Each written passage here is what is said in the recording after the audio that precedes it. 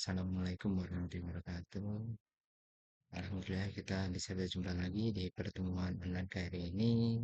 Kita akan membahas tentang Aksarun Minterm ya. Jadi apa kemarin kita sudah membahas tentang apa untuk aljabar boolean ya. Agak ini ya memang apa sangat ini panjang sekali dan nanti apa disederhanakan seperti itu ya kan. Dan juga nanti ada apa apa penyederhanaan apa itu namanya hmm, gerbang apa rangkaian logikanya harus sesuai dengan apa tabel kebenarannya ya. Nah di sini Maxwell dan Minterren itu ya apa ya termasuk penyederhanaan juga. Nah nantinya Maxwell dan Minterren ini akan dipakai untuk peta Carnot ya. Nah yang biasa dipakai itu adalah ini yang bentuk SOP ya. Jadi fungsi boolean dapat dinyatakan dalam dua format yaitu sum of product atau SOP, kemudian min term namanya dari sum of product itu adalah min term ya. Terus ada juga nanti yang namanya product of sum atau POS atau max term. Nah, ini nanti tidak dipakai di beta Carnot ya. Nanti yang akan dipakai adalah yang SOP ya. Nah, contoh SOP itu adalah dia perkalian dulu, baru setelah itu penjumlahan. Ya, jadi N dulu, baru diorkan, seperti itu. Ya. Nah, kalau POS itu dia dijumlahkan dulu, ya, atau diorkan dulu, kemudian baru di N-kan. Ya, seperti ini. Nah, kita masuk dulu ke yang SOP atau sum product atau midterm, ya. Jadi fungsi boolean dengan bentuk SOP ini terdiri dari beberapa suku hasil perkalian yang kemudian dijumlahkan ya masing-masing suku terdiri dari satu atau lebih variabel ya. Minterem ini memiliki bentuk penulisan SOP dan disusun dari tabel kebenaran yang menghasilkan output bernilai satu. Nah, itu ya yang membedakan nanti dengan yang POS.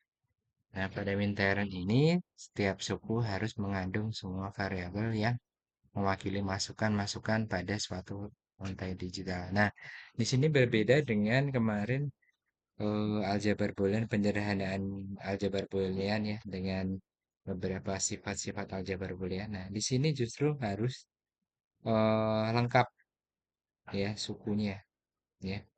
Nah, dimisalkan suatu rantai digital mempunyai masukan A, B, dan C, maka tiap suku militernya ini harus mengandung A dan B, A, B, C-nya itu. Nggak bisa A, B plus A, B, C. Nah, ini kan kurang C. Nah, seperti itu. Nah, nanti dicari C-nya seperti apa. Ya, nah seperti ini. Kalau minteren ya, jadi normal ya. Jadi kalau nol itu ya aksen atau inverse-nya. Nah, kemudian kalau kalau satu di sini baru dia yang tanpa aksen atau tanpa inverse. Nah, seperti ini ya. Nah, kemudian di sini M-nya kecil kayak minteren ya. Nah, kalau max term ini dia kebalikan. Nah, di sini justru yang bernilai satu, bernilai nol itu justru yang dia tidak ada notnya atau tidak di enforce. Nah, di sini M-nya besar ya. Nah, kalau yang ada angka satunya, nah di sini baru dia bernilai inverse gitu ya. Kebalikan ya. Seperti itu ya. Nah, di sini pakai penjumlahan, penjumlahan, nah ini perkalian, perkaliannya. Nah, seperti itu. Nah, kemudian contoh nih ya. Kita lihat dulu tabel kebenaran tiga masukan berikut A, B, C gitu kan ya. Nah, seperti ini seperti biasa. Nah, di sini kita lihat outputnya. Nah, penulisan fungsi boolean sesuai dengan tabel kebenaran di samping menggunakan notasi Minterren. Nah, jadi di sini ada satu, ini adalah di M1. Jadi yang di paling atas ini M0 ya. M0, ya kan seperti ini tadi. Nah, ini M0 ya. M0, nah baru selain M0-nya 0, jadi nggak ditulis, nggak dimasukin. Nah, yang ditulis yang outputnya bernilai satu aja. Jadi di sini M1, M2, M3, dan M7. Nah, di sini rumusnya pakai sigma M kecil 1, 2, 3, 7. Atau kalau bisa ditulis di aljabar booleannya seperti ini ya. Jadi sesuaiin aja dengan ininya apa? Tabel kebenarannya. Kalau nol ya berarti aksen, kalau satu ya tidak ada aksennya. Nah, ini kan harus lengkap supaya ketika di aljabar booleannya disamakan dengan tabel kebenarannya itu sama ya seperti itu. Nah, kemudian yang berikutnya ada product of sum atau POS atau namanya adalah max theorem ya. Jadi fungsi boolean dengan bentuk POS ini terdiri dari beberapa suku hasil penjumlahan yang kemudian dikalikan. Nah, masing-masing suku terdiri dari satu atau lebih variabel. Sedangkan max theorem adalah suku-suku dari tabel kebenaran yang menghasilkan output bernilai nol. Penulisan dengan notasi max theorem memiliki bentuk POS. Nah, suku-suku max theorem ini harus mengandung semua variabel yang menjadi masukan suatu untai atau sistem digital ya. Nah, kemudian di sini product of sum atau POS-nya contohnya di sini ada ini sama dengan tabel yang tadi ya. Tinggal diambil aja yang nol, outputnya nol. Nah, di sini M-nya M besar. Jadi di M0, M4, M5, M6 dan ini disesuaikan. Ya, jadi kalau misalnya yang nol ini justru yang tidak ada aksennya, yang satu ini justru yang ada aksennya atau inverse-nya. Ya, di sini juga harus lengkap ya. Dan di sini simbolnya dia pakai pi M besar. Nah, terus di sini adalah suku-sukunya 0, 4, 5, 6. Ya, seperti itu. Nah, misalnya soal di sini diketahui fungsi f, x, y, z. Nah, di sini kurang lengkap ya kan. Kita lengkapi dulu. Nah, ini yang awal ini kita pakai rumus distribusi ya.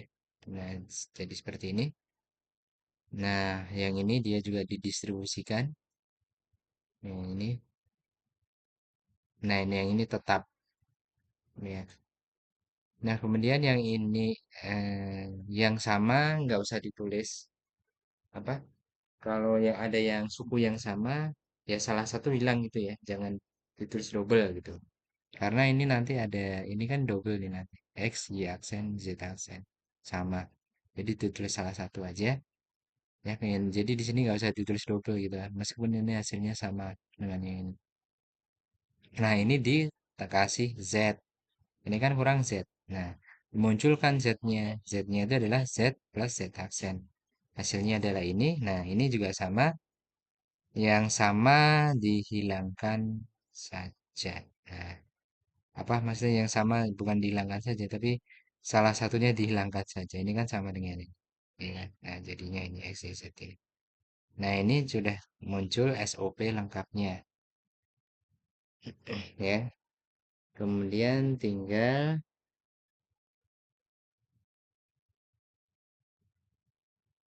di apa? Dibikin atau disesuaikan dengan eh apa itu? Ya, dimasukkan tabel kebenarannya disesuaikan. Jadi notasi ininya suku aljabar booleannya disesuaikan dengan tabel kebenarannya. Yuk kita cek. Nah, di sini hasilnya kan ini F X X aksen, Y Z aksen ya seperti itu. Pokoknya disesuaikan yang di sini ini ya, yang hasil akhirnya tadi kan yang sudah ada yang dihilangkan seperti itu. Nah, ini kita masukin nih. Oh, ini ternyata adalah M2. Nah, makanya M2 di sini tulis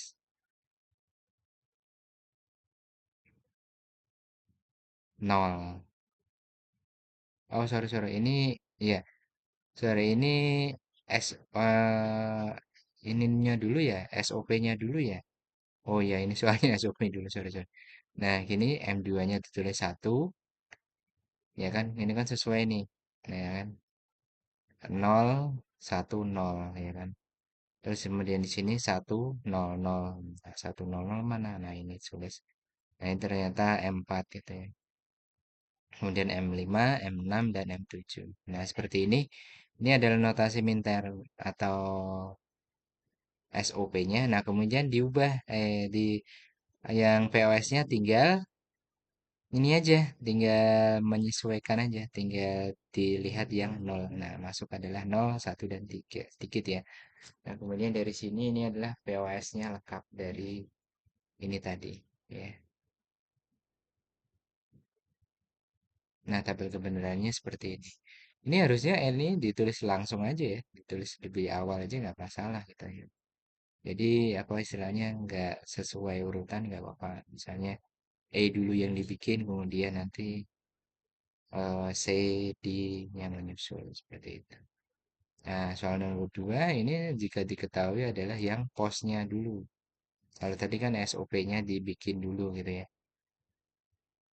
Nah, ini petakan fungsinya dalam tabel, tabel kebenaran. Nah, ini enak ya. Jadi tinggal masukin aja 01461 0146. Terus kemudian ininya disesuaikan dengan tabel kebenarannya berarti nanti ketahuan. Nah, yang sisanya itu adalah satu. Nah, jadi ini langsung ketahuan nih. Ya kan, 0 itu seperti ini. Jadi kebalikannya, aksennya nggak ada. Saat, aksennya dia mewakili yang nol, yang tidak nol malah justru. Kalau yang nggak ada aksennya ini justru dia yang nol, ya. Kalau yang satu justru dia yang aksen gitu ya. Maaf ya kalau omongan saya ini kebalik-balik. Jadi intinya ini ya, sesuai ini aja. Jadi ini A, B, C gitu kan. Nah, seperti ini ya. Hasilnya adalah ini. Nah, kemudian untuk yang SOP-nya tinggal cari yang bernilai satu. Ini adalah 2357 seperti ini. Nah, kemudian dari sini SOP ini bisa disederhanakan ya. Jadi paling enak itu adalah menyederhanakan bentuk SOP. Jadi kalau POS susah kalau untuk disederhanakan. Nah, ini disederhanakan pakai teorema aljabar boolean kemarin dengan persamaan aljabar boolean kemarin, maka ini dia, oh ini C-nya beda, hilang, ya kan? B-nya beda, hilang. Nah, jadi tinggal aksen B dan plus AC seperti itu ya. Nah, oke, sekarang ini silahkan dikerjakan. Nanti dikumpulkan di dalam apa? Di apa?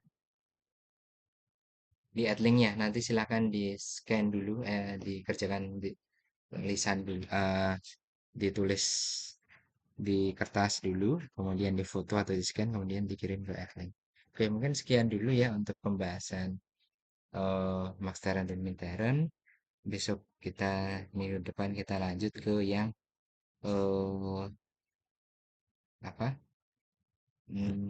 apa itu peta Karnot. Nah, kemudian habis setelah itu kita ini ke tugas-tugas proyek kalian ya. Oke, mungkin sekian dulu dari saya. Kurang lebihnya mohon maaf. Assalamualaikum warahmatullahi wabarakatuh.